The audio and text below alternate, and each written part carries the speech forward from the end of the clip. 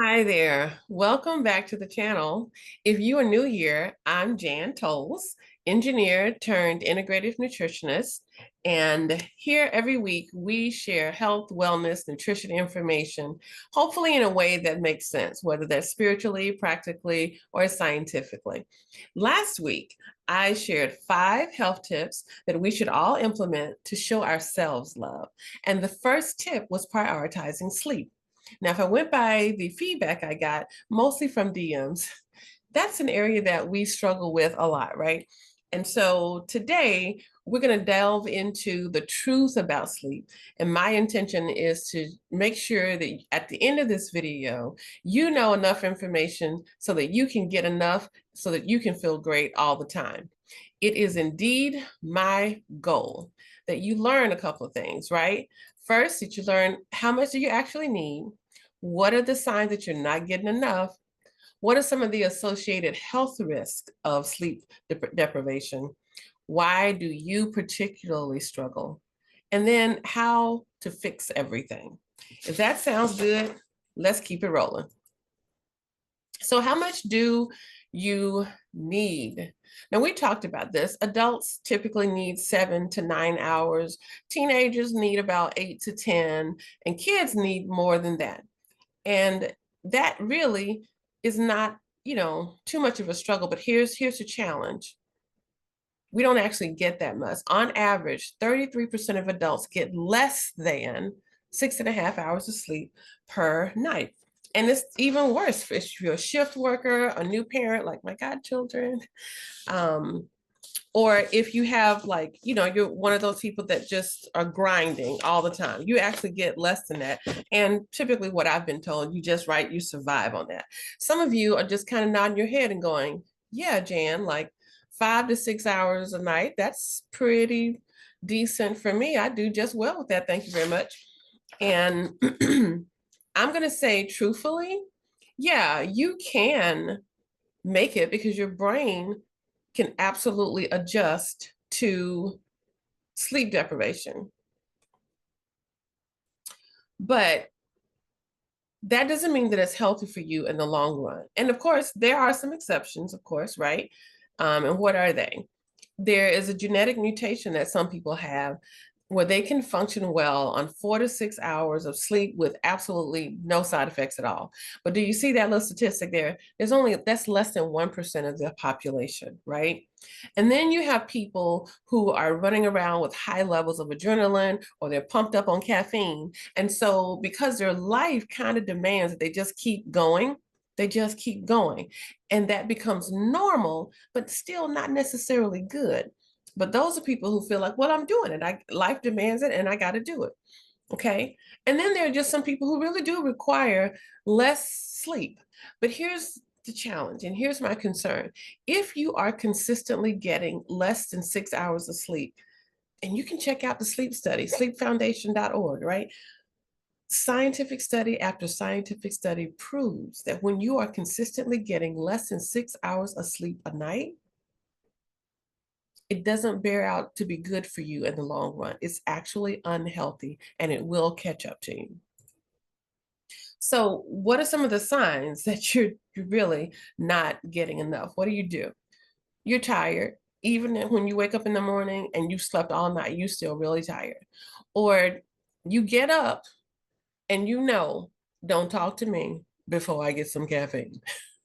All right, that's the way that you're not getting enough sleep, or you're forgetful and you often have a hard time focusing.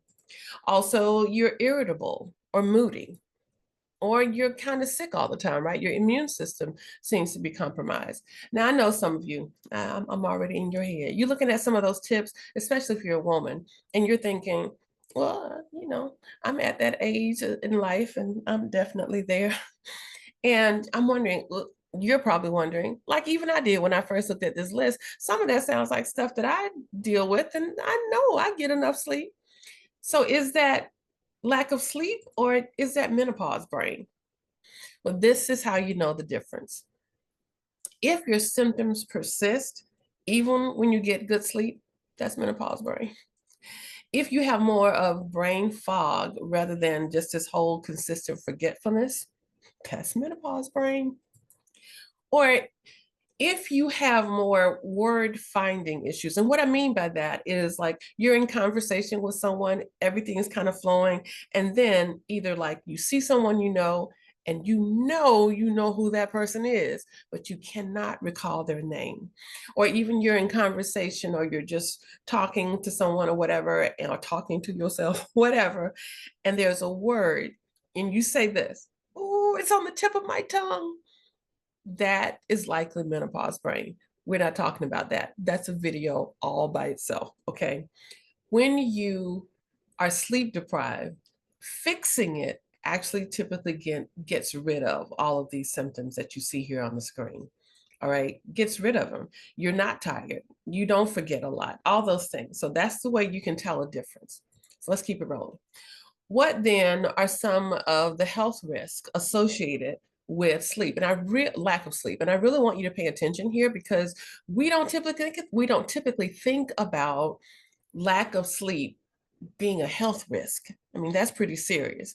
And it is serious, which is why I'm kind of slowing my own self down just a little bit. And I'm saying, take note. And in fact, this is a point where I want you, when I get through with this screen, I want you to do a screenshot and post it somewhere that you can look at it. So you can think about this when you're struggling with sleep. First, heart disease and hypertension. Did you know that when you don't get enough sleep, your cortisol levels raise, or they rise, however you want to say it. And we talked about high cortisol last week, but I'm going to tell you, high cortisol levels, raise your blood pressure. It reduces your body's ability to produce this molecule called nitric oxide. Nitric oxide helps you relax. It helps lower your blood lower your blood pressure. um, it relaxes you. It improves your circulation. It does a whole bunch of good stuff. When you are not getting enough sleep, you're not making enough nitric oxide. You're getting way too much cortisol released into your body. That is resulting in heart disease and hypertension. What else? Obesity and diabetes. Really, Jan, from lack of sleep? Why? Because sleep deprivation really makes your blood sugar levels struggle. Remember I said your cortisol rises, and that cortisol makes your blood sugar rise, your blood glucose levels rise. Extra blood glucose that's not being utilized by your body is stored as what? Yeah, fat. Okay. So you're going to have challenges with weight gain. You're going to start noticing that. And then it also, therefore, because your body's being flooded with these glucose molecules, right? Cells just everywhere, then your insulin is also going to rise. And depending on your diet, which we'll talk about that probably next week, if you have a highly inflammatory diet, then your inflammation levels rise. When your inflammation levels rise, folks, your cells, I don't care what, if it's nutrients in your body that you're trying to get in or toxins in the cells that you're trying to get out. If you are inflamed, neither of those two are happening. And when you are inflamed and you can't get the glucose out of the blood into the cell, that leads to a consistent high level of blood sugar, glucose. That leads to type 2 diabetes. We don't want that. Dementia, Alzheimer's. Too little sleep impedes your body's ability to clear out toxins all over the body for sure, but definitely in the brain. And when you can't clear out toxins in the brain, or like I was just saying before, get nutrients into the brain, then that just lays the foundation for dementia and Alzheimer's. And did you know dementia is considered diabetes type 3? Okay. So sleep is interfering there too. Let's keep it rolling. A weakened immune system. Whoa. Remember I said last week, when you are asleep, that is when your body is at work. It is repairing your body, doing a lot of, detoxing, getting rid of trash out of the system, out of the cells, flushing them all, hopefully to your colon so you can release them in the morning when you get up. But when you are sleep deprived and you're not giving it time to go through the processes that it needs to go through while you are asleep, you are compromising your immune system because you're not giving your body enough time to create white blood cells or to create enough cytokines. Those are two things that are necessary for your immune system to fortify. Like cytokines, you need to think of them as like soldiers in your body that fight disease. And if you're not sleeping well, you don't make enough soldiers. And if you don't make enough soldiers, when the enemy comes, think colds, flu, disease, even the big C thing. We don't like to talk about that. We don't like to think about that. But a lot of that, the presence of that, can be linked to your just simply not getting enough sleep, burning the candle at both ends. It's not good, folks. It's not good. It also leads to mental health disorders. Lack of sleep is a major factor in anxiety and depression. And in fact, people who suffer consistently from insomnia are 10 times more likely to be depressed, like clinically depressed. And dare I say it, I am. When sometimes, not all the time. So let me make sure I'm clear on saying that. Sometimes it is not that you are suffering from a deficiency of some psychotropic drug. Some people need those. Sometimes you just need to take your hind to bed and get some sleep because sleep is where your hormones regulate. I don't know how many different ways I can say it. Sleep is critical, critical. So let's keep going. Let's keep going. I actually had to create a presentation to keep myself from just running on and on and on. So let's go. Why is it that you struggle? Let's look at some reasons. Maybe you're stressed. Maybe stuff is going on in your life and you're stressed out and you can't sleep. Let me tell you something that happened to me. Years ago, I was carjacked right out in front of my apartment. I'll never forget it, at gunpoint by three teenagers. And I won't go into all the details of that story, but that, just me saying that, is just brings up in me. I remember, I will never forget that whole event. But I'm telling you, after I was carjacked and they took my car, took my purse, all those things, I didn't sleep at my apartment for a week or so. And when I finally went back to my apartment, I couldn't sleep at night at all without having every single light in my apartment on. And after a couple of days, man, I was tired because really at night, and we'll talk about that when I talk about sleep environment, you really need things to be kind of dark and cool and all these things. And that light was just stimulating my brain. I didn't sleep in sleep mask or anything like that at the time. And it really got me really concerned because now I'm getting tired. I was going to work, just could hardly focus. And so honestly, I just prayed and I was just feeling horrible. So I just asked the Lord to help me. That really was my prayer, just help me. And I found what I'm going to call a declaration that King David made in Psalms chapter 4, verse 8. And he said, I will both lie down in peace and sleep. For you alone, O Lord, make me dwell in safety. Oh my gosh. That can get to me right now. I'm shocked me how it really did. But that got to me, right? Because what it said to me is I had to find the way to not focus on my fear of what those guys that had my identification and my address and all that thing, what they might do. And I was preparing. This is why I had all the lights on. If they came back, that was my thinking.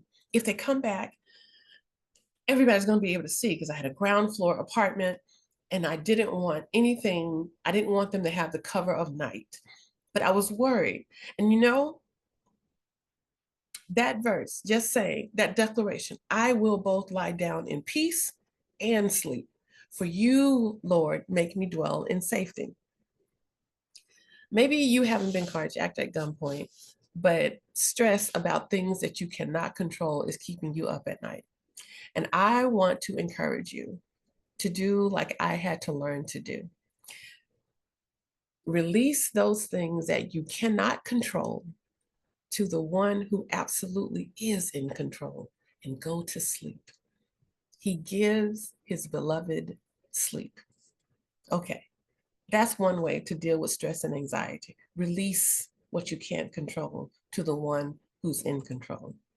What about you have too much late night screen exposure? What do I mean by that? Whether it's on your phone, on your laptop, your iPad, whatever the device is, they have this blue light screen, right? Blue light on the screen.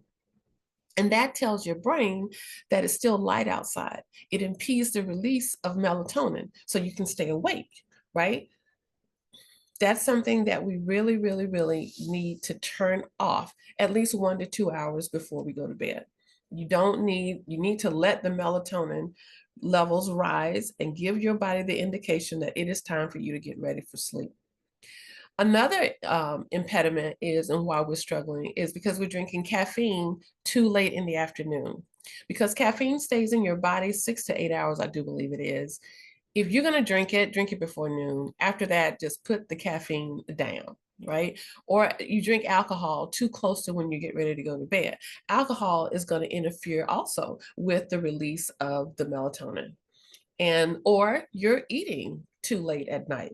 So all these things, I say, cut it out 3 hours before bed, especially the alcohol and the food. Try really hard not to drink or eat 3 hours before you go to sleep. Let that time when you are asleep allow your body to use every bit of energy it's going to expend detoxing your body. Don't let any of your body have to be distracted with digestion, okay? What about if you have a poor sleep environment? You were doing like I was doing in the apartment, right? I had all the lights on. Some people go to sleep with their TVs on. And like, just even the noise, you think you're asleep, it doesn't bother you, but your ears are still working. Your ears still hear all that, whatever's going on TV. It's not allowing your body to just focus on what's going on inside your body, okay? Turning the lights off. Actually creating as dark a room as possible. I can tell you for me, my bedroom faces the street, right? And there is a street light right outside in our yard, actually, right? So that light shines in the window. I don't have blackout curtains. What I do have is a sleep mask. So I sleep with that thing on religiously every night so that, and I don't get up to an alarm. I do not have a clock anywhere in my room that's on. That's a whole nother discussion about how those LED displays affect us internally. I really try to keep it cool. Also, like 60 to 68. We typically keep it like 67, 68 degrees at night. You want your body to feel almost like it's hibernating so that you can get into that deep sleep and sleep well. So make sure you have a good sleep environment. And what about your people? You're looking at that and you're saying, yeah, but Jan, for me, it's just that my mind just won't turn off. I mean, I wake up in the middle of the night thinking about stuff that I got to do to go to work tomorrow. What about me? What do I do? I got you. Put right next to your bed a notebook. And I want you to write down your tasks. So before you lay down for sleep, take that notebook while you're sitting on the bed. Write down the things that come to mind that you know you have to take care of tomorrow, and write them down and then say, like, write it down. I will handle this tomorrow. Okay. Go down a little space or on a separate sheet of paper. I want you to write down the things that you're grateful for. And what that does is just focus your brain. You just get into a spirit of gratitude. You're just like, "Ooh, I'm grateful I had a good day. I'm grateful I had a good day. And now I'm going to go to sleep." You lay down, you go to sleep. If you wake up in the night and immediately you start thinking about all these things you got to do, you're going to retrain your brain, because instead of getting up, you're going to say, oh no, I already got that. I'm going to handle it tomorrow. I'm going back to sleep now. Don't get up out of the bed unless you have to go to the bathroom. Don't get up out of the bed. Go back to sleep. Okay. It's like retraining your brain is really what you're doing. And then you have this, let's see, avoid looking, I said work emails, but it's really any emails. Avoid all that social media and all that stuff, again, because you're on your device. That blue light is just keeping you stimulated. You need to be able to just go to sleep. turn off that stuff. This is time for you to take care of you so you can show up better for you and for your people at work and other people in your life. And then, excuse me, if you really can't, if you really have trouble, you still keep waking up, then try this thing that's called progressive muscle relaxation. It's like you start from your neck and you tense your shoulders and then you let them go. And you tense every muscle group all the way down and just tense and release. And the idea is you give your body this sense of, I'm going to relax. You can also do things like, take a warm bath before bed, or put some lavender in your bath water. Give yourself a routine for shutting down. Let that trigger your body, like, turning down the lights, turning off the real bright lights, turning on some low mood lights, shutting down the screens. All those things will be a trigger to your body. Oh, it's time for sleep. I need to do that. So what are some tips, though, that you can implement then to make sure that this works for you so that you wake up looking at homegirl? Now, I can't say that I've ever awakened looking like that excited, but you get the idea. It's just, I'm not waking up struggling. I will tell you that. When I wake up, I'm well rested. 9 times out of 10, I'm well rested. The only time I'm not is when I break my own rules. So I'm telling you. But here we go. Maintain a fixed schedule. Typically, I'm definitely try to be in bed by 10, because more than likely when I'm in bed by 10, I'm going to be up by 6. And and that's without an alarm. I haven't slept I haven't used an alarm and I can't think. I typically don't. I just know if I go to bed by 10, and I will adjust depending on when I have to get up in the morning. I adjust when I go to bed, because when I use a sleep mask, my body will get 7.5, unless I've done something incredibly strenuous or stressful or whatever. 7 to 7.5 hours is my normal. Let's see. Create a wind down routine. So that's what I was just mentioning earlier about deciding this is what you're going to do. You're going to turn off the TV, turn off the screens, lower the lights, lower the temperature, sit down and get that stuff out of your head and onto a piece of paper. Not because you're trying to solve things. You just want to tell your brain, I've already got this taken care of. That's something else that you do, right? Consider supplementation. Now, and some people are, I know I work with a lot of people with diabetes, and it is the case that a lot of people who suffer from diabetes have a magnesium deficiency. You can get that tested. So I never tell anybody, just go supplement because someone told you. If they'll say, oh, this will work with these symptoms. And you go, oh, I'm having that symptom. And you go buy that supplement. Don't do that. It's too easy to test your blood work, right? And see, do you really have a deficiency? And then do that. But magnesium glycinate is a good magnesium type to supplement with to help you sleep at night. If you don't want to do a supplement, you can also do herbal teas like chamomile. That kind of gives your body this relaxation feel. So that's something else that you can do. So you maintain your schedule, right? You clear out all that stressful stuff, write it down, tell your body when you're going to get it done, like you're going to take care of it tomorrow. Diet, like I said, is something we'll definitely talk about later and more likely next week.